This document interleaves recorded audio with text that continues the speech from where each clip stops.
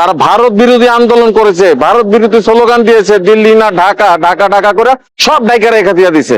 ঢাকা ওখানে মন্দির বানায় আর মূর্তি বানানোর সুযোগ করে দিয়েছে। সবাই এক জায়গায় ঢাকা দিছে, ওখানে মূর্তি বানাইছে। এটা তাদের ইন্দোল আছে এবং জামাতের এমপি এবং প্রশাসক, ওখানে জেলা প্রশাসককে আওতাধীন আইনে এটার বিচারাধীন করতে হবে যে তারা কিভাবে এটা মদত দিল এখানে মূর্তি তৈরি করা। হিন্দু সম্প্রদায়ের লোকের মন্দির আছে, গির্জা আছে, সবকিছু আছে, তাদের যা আছে তাদের থাকবে, এখানে তো কেউ বাধা দিচ্ছে না। মুসলমান কখনোই রক্তপাত হয় না। ইসলামের ক্ষেত্রে আসবে, এক বিন্দু ছাড় দেওয়া হবে না। ইসলামকে অপমান করবে, এক বিন্দু ছাড় দেওয়া হবে না।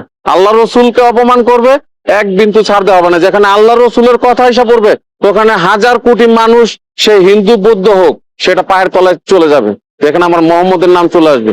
আর একটা কথা হলো কি, এখানে মন্দির করছে, এখানে জেলা প্রশাসক জড়িত আছে, ওইখানের লোকাল এমপি, জামাতের এমপি জড়িত আছে, বিগত সরকার, অন্তর্বর্তীকালীন সরকার, বিগত জামাত সরকার, বিগত এনসিপি সরকার, তারা জড়িত ছিল। অন্তর্বর্তী সরকার একা ছিল না, তিনটা সরকার ছিল বিগত আমলে, এই তিন সরকার এটার সাথে জড়িত আছে। অতএব একটা মার গর্ভে যখন সন্তান আসে, মা বুঝে যে আমার গর্ভে সন্তান এসেছে। এই দীর্ঘ 18 বছরে কি তারা জানে নাই যে এখানে একটা মন্দিরের উপরে বিশাল আকারের একটা মূর্তি তৈরি হচ্ছে?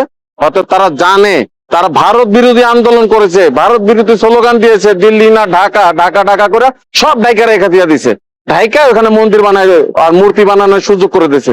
সবাই এক জায়গায় ঢাকা দিছে, ওখানে মূর্তি বানাইছে। এটা তাদের ইন্দোল আছে এবং জামাতের এমপি এবং প্রশাসক, ওখানে জেলা প্রশাসককে আওতাধীন আইনে এটার বিচারাধীন করতে হবে যে তারা কিভাবে এটা মদত দিল এখানে মূর্তি তৈরি করার। আরেকটা বিষয়, আমি মামুনুল হক সাহেবকে বলতে চাচ্ছি, উনি হয়তো ঘুমিয়ে আছে বা কোথাও আছে, ওনাকে বলতে চাচ্ছি উনি কি বাংলাদেশে আছে বা সজাগ আছে বা কোথাও লুকিয়ে আছে, উনি যাতে এটার প্রতিবাদ করে। এবং উনি কি দেখে নাই, উনি বলেছিল যে আমার বাবার মূর্তি হলেও ঘুরিয়ে দিবেন। এখানে যে একটা মূর্তি হলো রাম মূর্তি, বিশাল আকারের, এশিয়া মহাদেশের, এটা কি আপনাদের কাছে আসে নাই? আপনাদের কিসের হেফাজত ইসলাম? হেফাজত ইসলামে তো এগুলো নাই। হেফাজত ইসলাম ইসলামকে হেফাজত করবে, আর আপনারা এখন এই মূর্তি না কোনো কিছু আপনারা বলেন নাই। যখন প্রকাশ হয়েছে তখন বলছেন দেশ তো আপনারাই চালাইছেন 18 মাস, সকল ইসলামিক দল মিলে এই দেশ 18 মাস চালিয়েছেন। বিএনপি তো দেশ চালায় নাই। বিএনপি তো জুম্মা 8 দিন হলো সরকার গঠন করলো, তারা কি করবে? আপনি একটা মসজিদ দেখতে পারবেন? 4 তলা 5 তলার উপর একটা মসজিদ আছে, মসজিদ দেখাতে পারবেন? বাংলাদেশের মধ্যে তো অনেক মূর্তি তৈরি করা আছে, যে কোনো আকৃতি। এত বড় মূর্তির কি প্রয়োজন? এই মূর্তির মধ্যে কি কেউ বসবাস করবে যে এত বড় মূর্তি বানাতে হবে? মূর্তির ভিতরে আমরা বসবাস করব না, যে এমন কিছু যে মুসলমান তাদেরকে হানা দিচ্ছে, ওই মূর্তির ভিতরে যা লুকাইতে হবে, এত বড় আমার মূর্তি বানাইতে হলো।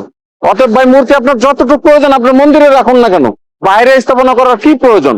এটা তার দাঙ্গা ফাসাদ তৈরি করার জন্য একটা মদতদাতা তৈরি করছে, বহির্বিশ্বের থেকে হয়তো এটা জিনিসটা তৈরি করে, পার্শ্ববর্তী দেশও করতে পারে। আমাদের এত বড় মূর্তির দরকার নেই তো আপনাদের, আপনারা যতটুকু করার ততটুকুর মধ্যে রাখেন। তারা জামাতের এমপি ওইখানে জড়িত বলেই তো এটা হয়েছে, ওইখানের প্রশাসক জড়িত বলেই তো ওইখানে হয়েছে, ওইখানের ওই অঞ্চলের জনগণ জড়িত বলে ওইটা ওইখানে হয়েছে। এত বড় একটা মন্দির তৈরি হলো, ওই মূর্তি তৈরি হলো, ওই অঞ্চলের কি লোকজন ছিল না? বা ওই অঞ্চলে কি মানুষ বসবাস করে না? এটা তো জঙ্গলে তৈরি হয় নাই, মানুষের লোকালয়ে তৈরি হয়েছে। অতএব তাদের মদতে তৈরি হয়েছে, তারা টাকা খেয়ে ওই জিনিসটা তৈরি করেছে। আমি কোনো ধর্মীয় কোনো জিনিসের মধ্যে বাধা বিঘ্নের মধ্যে আমি যাব না। তার ধর্ম সে পালন করবে, আমার ধর্ম আমি পালন করব, কিন্তু আমার ইসলামে বাধা বিঘ্ন করলে ছাড় দেওয়া হবে না। রাম মন্দির তৈরি করেছেন, মন্দিরের ভিতরে থাকুন। আপনার বিশাল অট্টালিকা মূর্তি তৈরি করতে হবে এমন কোনো কথা আছে নাকি? মূর্তি তো ওনাদের তৈরি আছে, এত বড় মূর্তির প্রয়োজন কেন? মূর্তি তো তৈরি হয়ে গেছে, এত বড় মূর্তির প্রয়োজন কেন? এত বড় মূর্তি তো প্রয়োজন নাই। স্রষ্টায় আমাদের সৃষ্টি করেছে, আমরা স্রষ্টাকে কিভাবে তৈরি করব? তাদের স্রষ্টার আকৃতি আছে, চেহারা আছে, মা আছে, সন্তান আছে, বাবা আছে, তারা স্রষ্টাকে সৃষ্টি করে। তাহলে কি এটা ধর্মের মধ্যে পড়লো? আমাদের বুঝে আসে না।